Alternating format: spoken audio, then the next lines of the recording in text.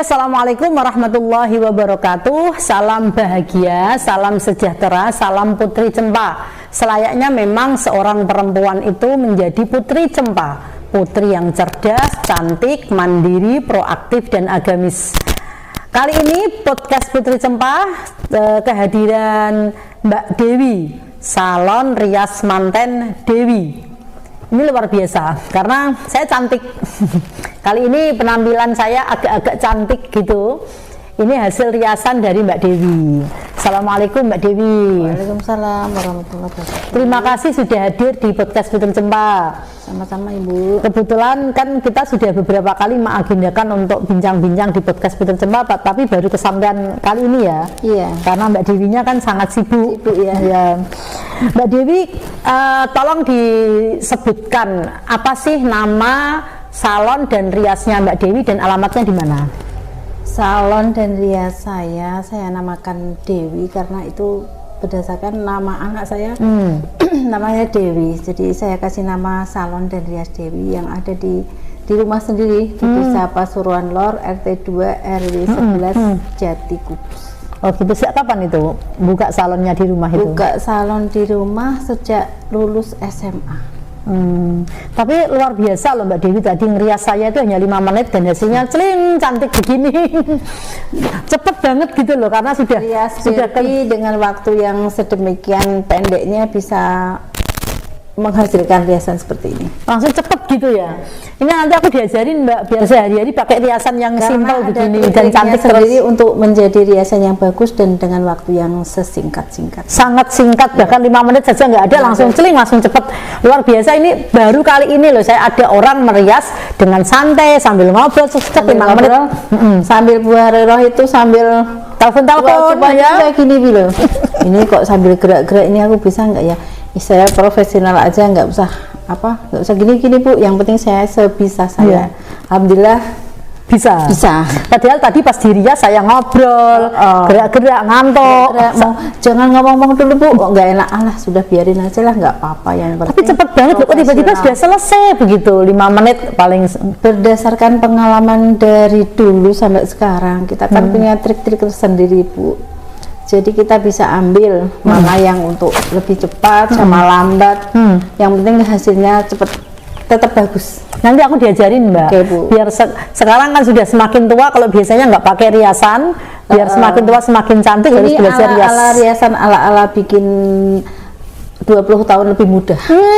Berarti kalau dirias ini, ini Mbak Dewi melihat saya 20 tahun lebih muda. 20 tahun lebih muda. Luar biasa. Jadi kayak apa ya, bergibi gitu loh Bu. Bagaimana pemirsa, Sobat Putri Cempa, memang apakah 20 tahun lebih muda? Jawabannya nanti kita belajar sama-sama ngerias sehari-hari ala Mbak Dewi. Terus kemudian ketika Mbak Dewi memutuskan untuk menjadi perias, itu apa yang memotivasi? Tetangga saya, pola pikir saya, kemampuan saya itu semua terinspirasi semua. Kepinginnya seperti ini. Boleh saya cerita sedikit? Boleh, memang harus cerita. Waktu itu aku kelas 3 SD Bu. Tetanggaku itu punya suatu showroom baju manten. Kala itu cuman baju yang ala-ala Solo hitam itu ditampilkan cuman itu. Terus aku sering lewat kalau berangkat sekolah. Suatu saat nanti aku jadi perias, aku harus bisa punya baju seperti itu. Mbak Rais bertekad seperti itu.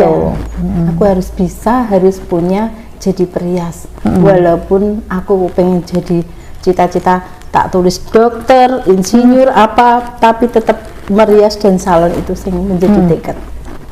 Dan Mbak Rais memang sewu ya Mbak Dewi ini meriasnya menjiwai betul gitu loh. Iya. Karena sangat menjiwai. Saya merasakan semuanya itu dari hati. Sama ini salon juga saya kursus ya Bu ya. Pertama itu saya kursus salon, itu yang kursusi Pak Anto Kudus, itu salon Anto yang terkenal. Oh iya tahu. Cuman waktu itu Pak Anto saking sibuknya nggak punya waktu buat saya bisa dengan sendirinya motong ala-ala saya sendiri. Otodidak. Iya. Karena sudah ada keinginan. Karena ini sudah ada di sini Bu. Mungkin bakat dari Tuhan ya. Kayak seperti itu. Selama ini Mbak Dewi ngerias dibantu sama anak juga? Akhir-akhir ini dibantu sama anak saya upgrade riasan ala sekarang yang model-modelnya itu seperti yang ala Hadidah Azhara pertama. Sekarang kan MUA ya Bu ya. Dulu kalau itu riasan biasa solo apa itu mungkin pakemnya, sekarang itu sudah berubah sesuai dengan zaman. Kita tetap mengikuti update ilmu itu pasti, walaupun saya sudah umur 50 tahun Bu. Sama dong Ya, tapi tetap saya upgrade mana-mana yang untuk era zaman sekarang aku harus bisa menyesuaikan. Jadi selama ini ketika Mbak Dewi terjun profesi sebagai perias, kan banyak dong pesaingnya, teman-temannya. Bagaimana itu menyikapi? Apakah itu juga berkompetisi atau justru bersatu, berkolaborasi untuk menyajikan, menampilkan riasan-riasan spektakuler? Untuk era saat ini, perias-perias anak muda yang sekarang itu baik-baik. Mereka berkolaborasi dengan kita saling berbagi ilmu, mengadakan seminar-seminar, sharing-sharing, jadi kita nggak ketinggalan banget. Sekarang kan ada Instagram, WA, YouTube dan lain-lain, itu penunjang semua ilmu, jadi nggak harus kita ngeluarin biaya banyak. Tapi kalau memang pinginnya ekstra benar, kita harus upgrade sendiri juga dengan biaya. Berarti selama Mbak Dewi pernah ikut-ikut kursus lagi gitu ya? Iya, sampai sekarang. Besok pun saya ikut kursus lagi. Oh gitu. Karena aku tanggal 4 nanti ada job rias, saya kejar lagi. Ini enaknya aku rias ala apa? Oh gitu. Tetap aku belajar lagi, belajar nggak ada hentinya. Setiap saat ada kesempatan ikut kursus lagi. Biarpun orang bicara ngapain belajar terus, tak abaikan, aku pokoknya belajar terus gitu. Sehingga apapun bentuk wajah seseorang yang mau dirias itu Mbak Dewi langsung bisa tahu ya ini pasnya seperti apa kan gitu. Saya juga nggak nyangka loh bisa cantik begini dirias sama Mbak Dewi. Sesuai dengan permintaan klien kita. Ibu saya mintanya di make up ala Barbie, saya di make up ala soft aja. Terserah klien. Penting kita bisa menyajikan yang terbaik. Kayak kemarin kan Mbak, ketika saya dirias pada saat konten misteri yang itu kan hampir banyak yang WA saya itu sangar banget bukan gitu, karena saat itu Mbak Dewi saya minta untuk ngerias dengan aura yang sangar kan gitu. Dengan tema betul. Dan itu mampu dilakukan dalam waktu tempo yang cepat. Bisa. Pernah nggak Mbak Dewi merias customer yang mungkin rewel atau juga komplain atau mohon maaf ya wajahnya sangat kurang tapi kemudian bisa disulap jadi cantik begitu? Ada Bu, maaf saja ya, wajahnya itu kurang simetris, penceng gitu. Jadi alis kesana istilah itu segi empat yang seperti ketupat. Iya. Penceng gini ya Bu. Nah itu ada triknya. Oval enggak, bundar enggak, itu kotak enggak. Jadi nanti bisa disamakan. Kita nggak boleh patokan ini alis yang sama sini harus sama sini enggak. Nanti tak ego kayak gini supaya ini bisa sama dan cantik juga sih, dan hasilnya cantik. Luar biasa. Iya. Dan orangnya pasti seneng ya Mbak? Seneng. Jadi waktu profesi akad nikah dirias orang lain, terus waktu pestanya dirias saya, kok beda banget ya? Oh iya, hasilnya ya gitu. Biasanya bagus, oke. Tapi memang ya, beberapa kali kan saya pada saat ada acara kan juga yang ngerias kan Mbak Dewi ya, sehingga saya berilah pelanggan saya. Jadi kan tahu bahwa Mbak Dewi ngeriasnya itu simple, tetapi hasilnya bagus gitu loh. Karena jujur saya memang nggak pernah Mbak sejak kecil nggak pernah alis saya dicukur gitu, nggak pernah. Kalau ini kan hanya sekedar. Ini aku tanpa cukur alis Bu, bisa jadi. Memang nggak pernah sama sekali alis saya alis asli, tidak pernah dicukur. Nggak pernah cukur alis. Dan Mbak Dewi kan apa itu tidak memaksa gitu loh. Nggak maksa.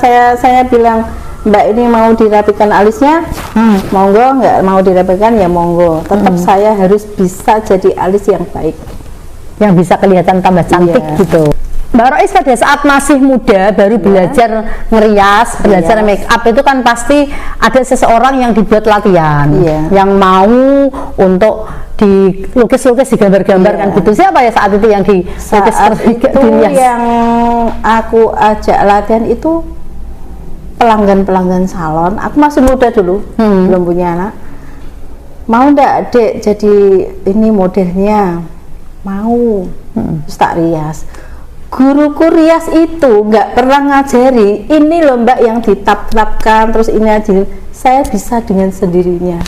Sampai sekarang guruku bilang, waktu pertama jadi riasan, wes payu wok 300.000. Alhamdulillah. Padahal dia nggak ngajarin, cuman melihat. Lah kok kowe iso dhewe, karena saya dari hati Bu. Nggih. Bakat memang ya, bakat. Sanggul juga begitu, sanggul Jawa sing angel itu. Iya. Saya cuma melihat sekali guruku, nggak pernah diajari gini wok, di gini nggak pernah, tak sanggul-sanggul sendiri. Yang pakai Bisa. baju Jawa gitu itu, Iya, sampai ada sekarang sanggulnya. aku dijuluki ahli sanggul. Teman-teman Mbak Dewi yang misalnya mau ngerias, misalnya kita Ambil satu sanggul, kelompok gitu kan. Aku yang nyanggul. Oh biasanya. gitu, Mbak Dewi aja yang nyanggul, yang ahli sanggul. Karena mereka kalau nyanggul jarang-jarang yang bisa. Jarang-jarang Spesialis bisa. sanggul. Spesialis sanggul juga bisa, spesialis apa juga bisa. Mbak Dewi, kalau misalnya pengalaman ini ya, ngerias seseorang kan pasti ada dong yang kadang komplain, kadang sulit, kadang anu kan gitu. Bagaimana cara menyikapi Mbak Dewi ketika ada pelanggan atau orang yang dirias itu, aku kok kurang begini Mbak, kurang begini kan? Kalau aku ya Mbak, dimanapun misalnya orang jadi pelangganku itu mesti seneng karena aku nggak pernah komplain. Oh gitu. Ini ada satu cerita.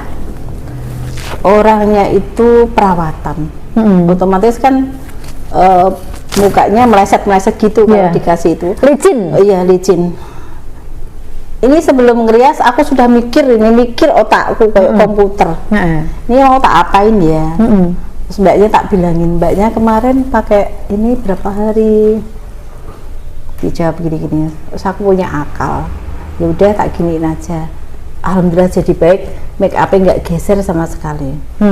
Terus ada lagi klien Cina. Ini masalah rambut ya, memang jadi riasan ya.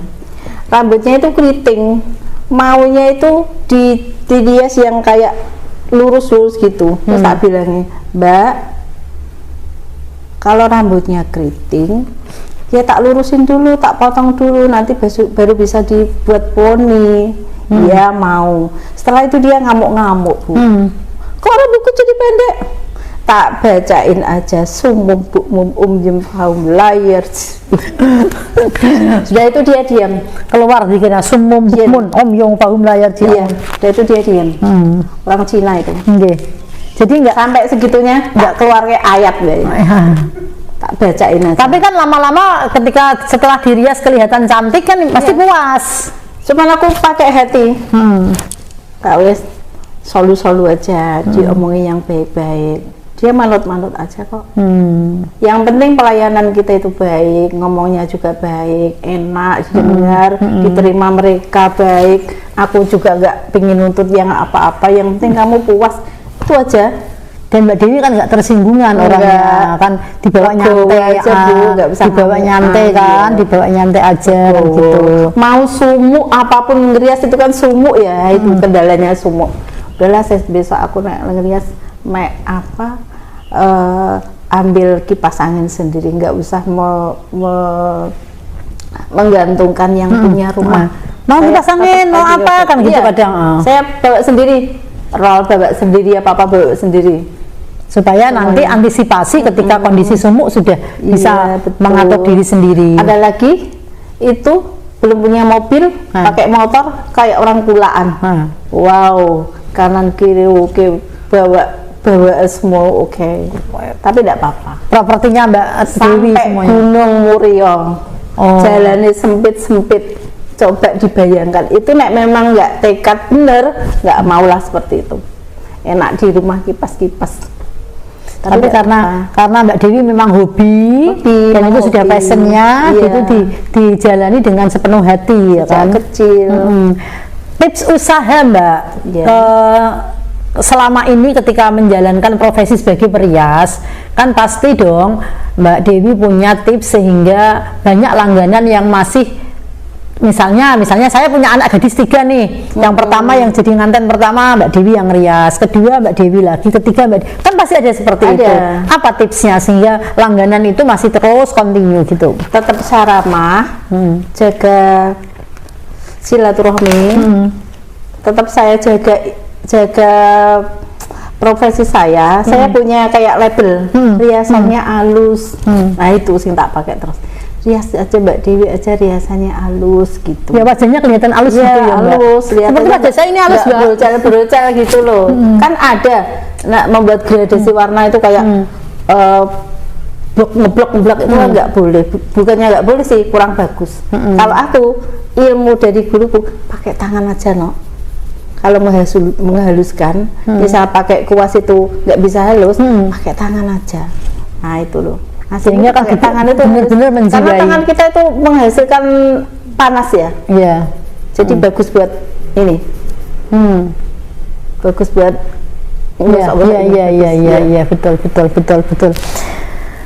Motivasi. Sekarang saya ingin Mbak Dewi memberikan sebuah motivasi pada generasi muda yang kebetulan sekarang ini mereka punya cita-cita, punya niat menjadi seorang perias. Kan banyak nih anak-anak muda yang melirik profesi perias ini sebagai profesi yang menjanjikan. Apalagi sekarang ini segala hal yang berbau dengan kosmetik, kecantikan ini kan laris, Mbak.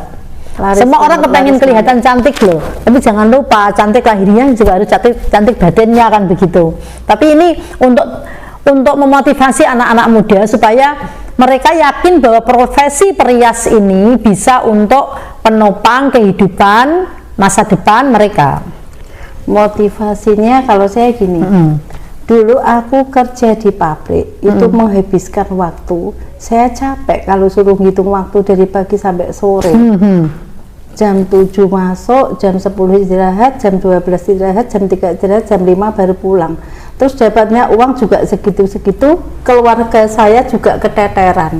Akhirnya aku memutuskan aku lanjut ke merias aja daripada aku di situ. Di situ pun aku misal nggak kerja di luaran yang menyita waktu, aku bisa di rumah, bisa sedikodawo sama suami, rezeki pun nggak harus kita keluar rumah, di rumah pun saya dapat rezeki.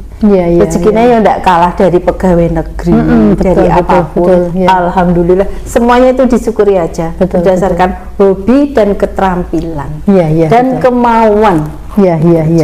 Berarti keterampilan itu memang penting ya, penting Mbak? Sekali. Termasuk salah satunya terampil merias kan. Harus terampil. Kalau Mbak Dewi selama ini pernah dimintai orang untuk belajar merias gitu? Pernah. Ke rumah minta diajarin privat gitu. Oh, private begitu. Terus Mbak Dewi juga mau menerima. Saya ke rumahnya juga mau, mereka ke rumah saya juga mau. Karena pokoknya merias itu hobi. Pokoknya apapun tentang riasan, oke, sampai Jakarta, sampai Bandung. Pernah sampai saya luar kota sebelum semua ini booming ya. Dulu kan merias pada nggak mau sih. Aku sudah rias kemana-mana. Alhamdulillah. Harapan ke depan Mbak Dewi, untuk ke depan, untuk anak-anak, untuk bisnis riasnya, harapan ke depannya. Harapan ke depan saya untuk pemerintah khususnya. Pemerintah itu kan mengadakan suatu pelatihan yang gratis. Seharusnya kalau menurut saya itu ada kuotanya. Kalau nggak dibatasi kuota, kesempatan kita untuk bekerja pun kita terbatas. Karena apa? Masyarakat di Kudus itu berapa, periasnya berapa, itu harus diperhitungkan juga. Ini aku masukkan buat pemerintah. Maksudnya gimana jumlahnya?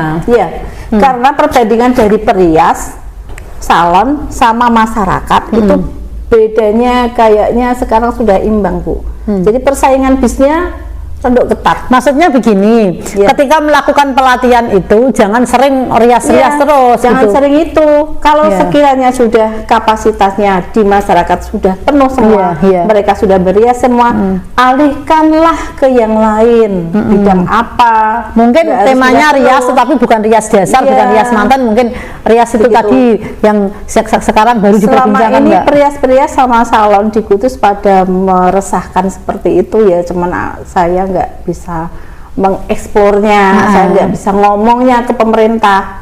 Pada siapa aku ngomong ya? Kepada siapa aku protes? Artinya harapan Mbak Dewi kalau bisa kuota untuk pelatihan merias itu dibatasi. Karena jumlah perias di Kudus sudah over gitu kan.